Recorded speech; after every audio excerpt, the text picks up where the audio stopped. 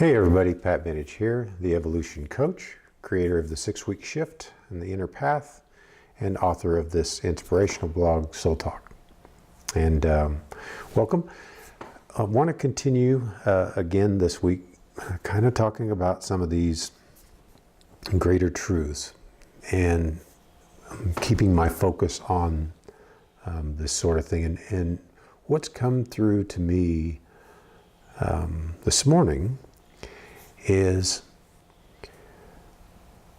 our tendency to kind of look at situations that are unlike our own and judge them based on our perspective. Judge them based on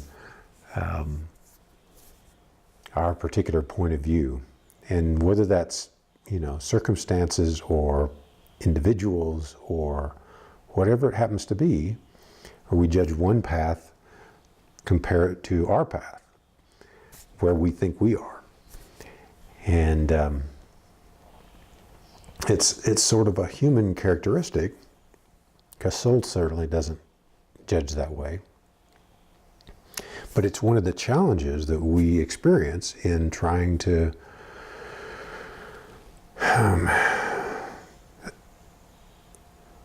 evaluate our own place. I mean, that's a big part of it, is we're trying to evaluate where we are, and we look at all of what's around us, and we make those comparisons, and most of the time it's a subconscious thing. It's not something that we're doing consciously, but we just make those judgments, and I'm gonna kind of focus on our paths. And the main thing that I want to talk about is that each individual has their own unique path, and it's unlike anyone else's.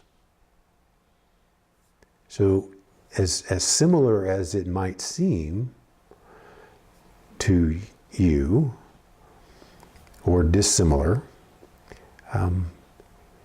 it's a completely unique path. Your path is unique, my path is unique. They're all completely unique, and yet the destination is the same.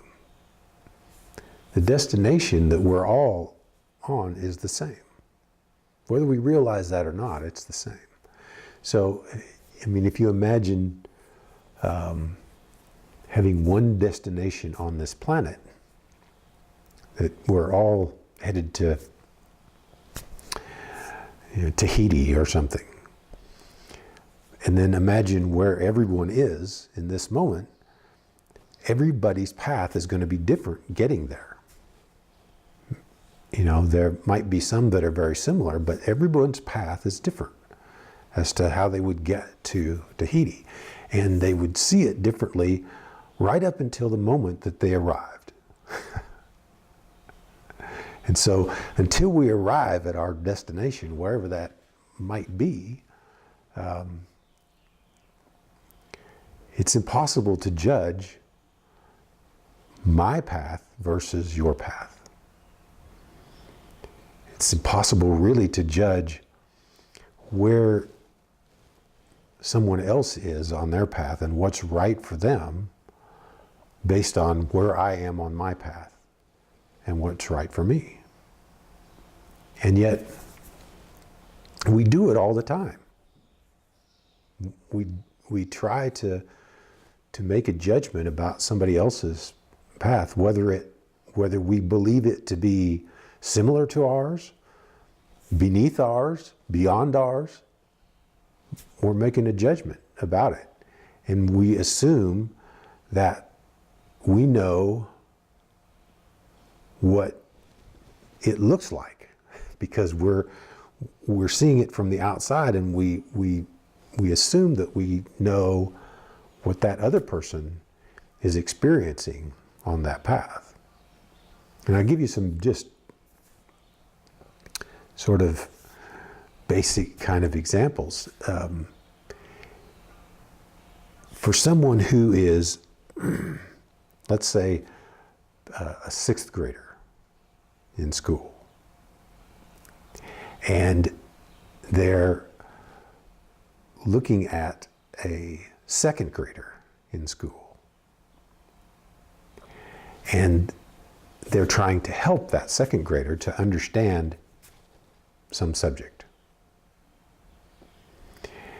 And this sixth grader understands it, pretty well because it's a second grade subject. And yet, the second grader is experiencing maybe this thing for the first time. And so, let's say it's math. And so, they're doing basic math in second grade, and in sixth grade it's a little bit more advanced.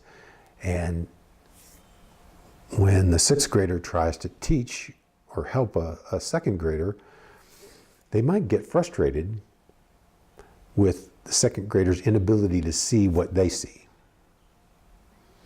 And their remembering of what it was like in the second grade is going to be play a huge part in their ability to understand and to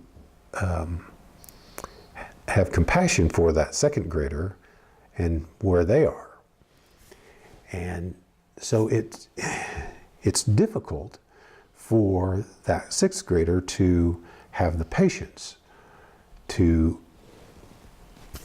help that second grader along. They want to, there's a tendency to want to show them and do and get them to see it by doing it for them.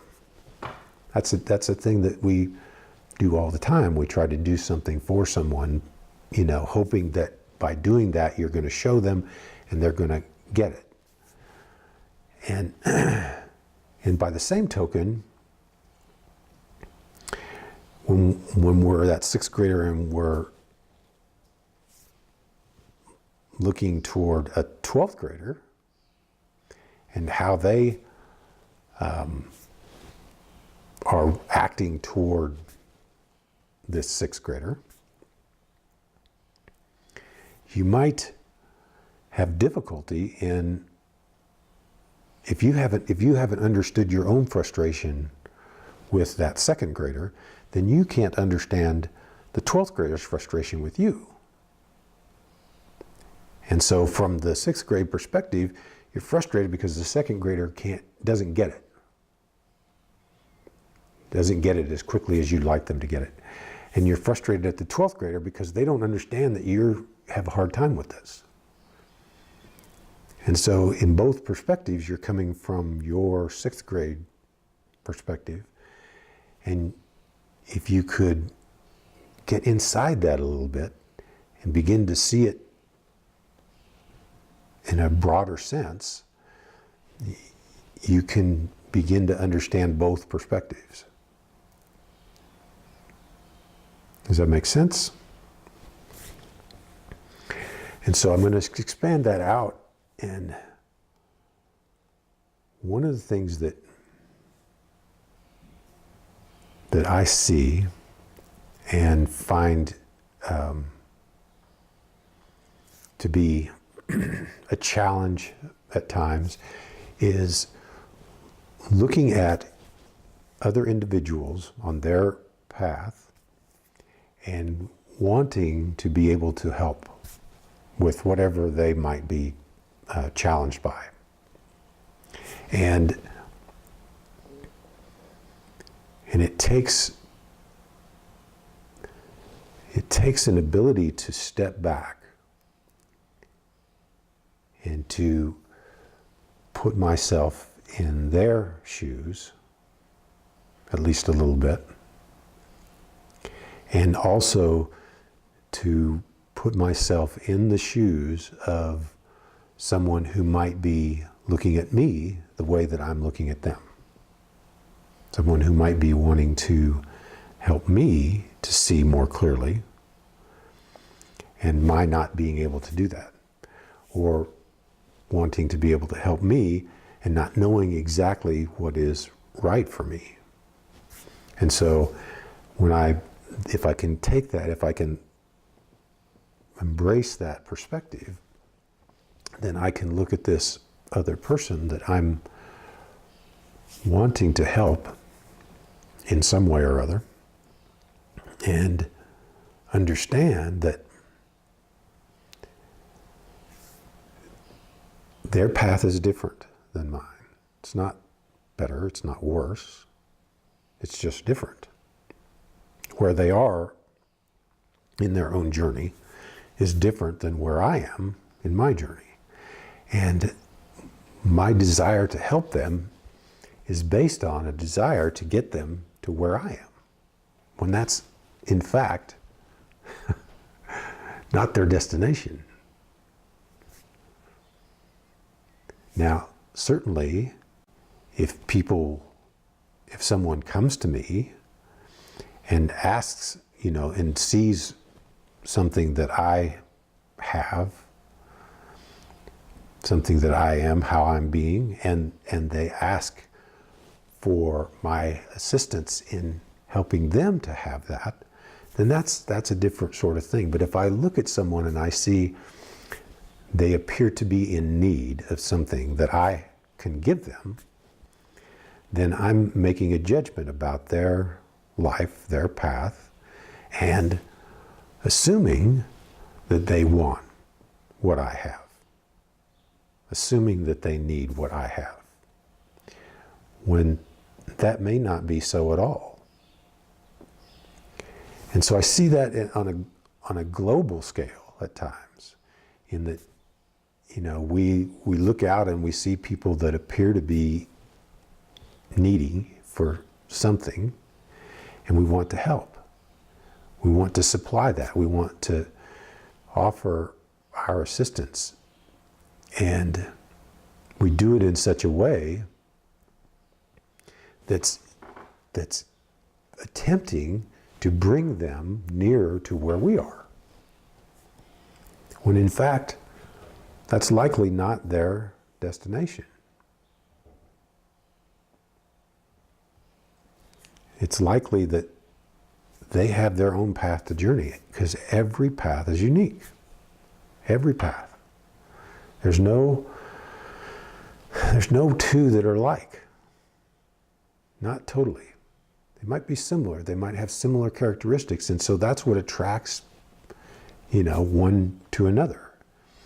That's what, if someone has a similar path to something that's present in mine, then that will draw them to me, or vice versa.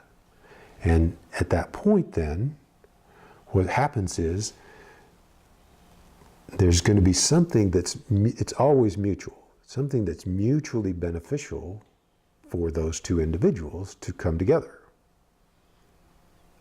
It's never I'm helping that person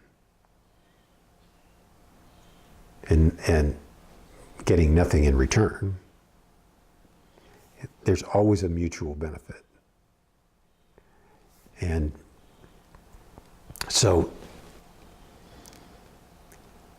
one of the things that came to me this morning is understanding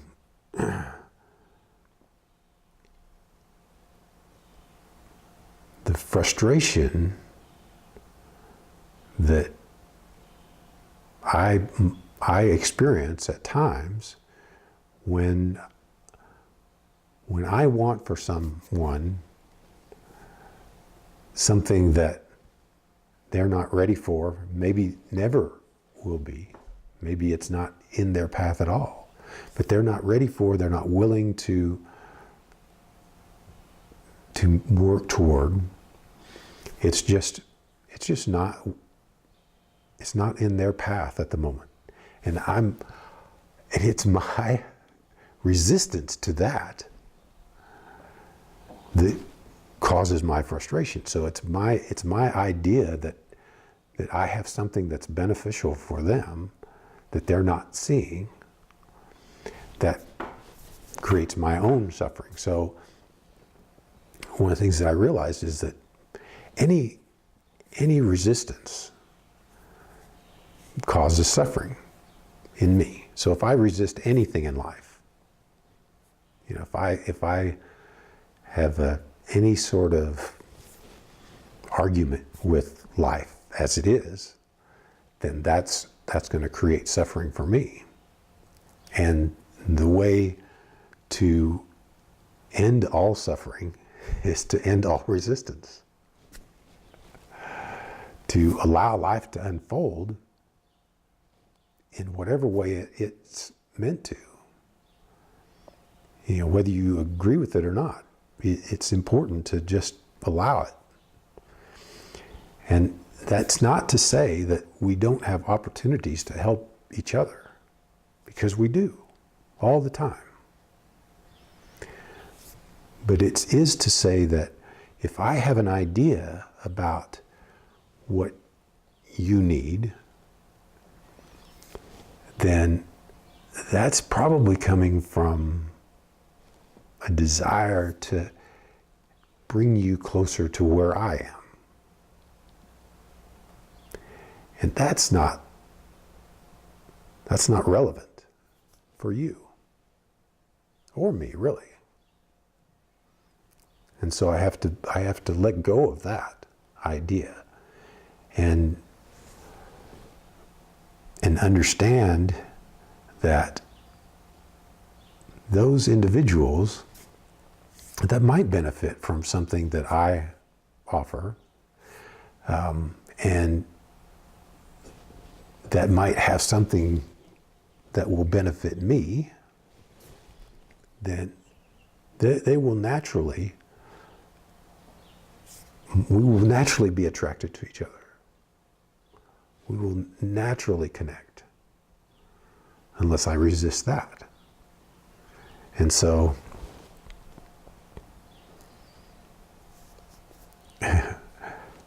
the two things that I really two messages that I'm really bringing today are that every path is unique, and resistance of any sort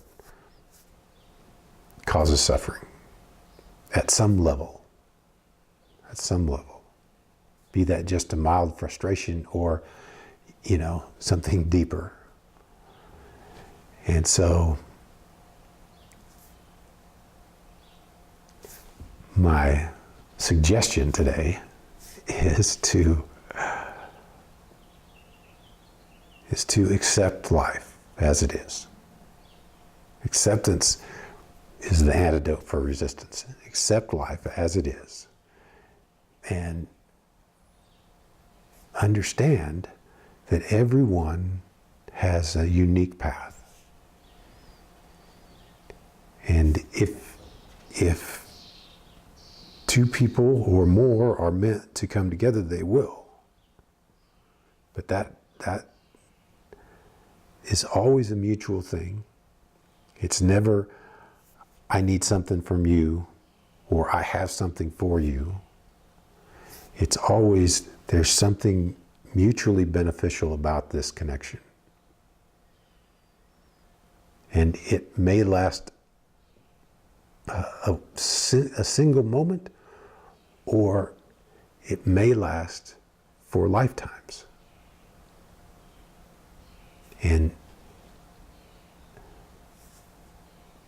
don't resist either. Don't resist either scenario. Just let it be what it is. Let it be what it is. So, thank you again for showing up. And I hope that this has been beneficial for you in some way. And I trust that it is, because you wouldn't have shown up otherwise. And I just want to say again, as I do every week, remember to live your life from the inside out. When you do that, life unfolds perfectly. So, take care. See you next week.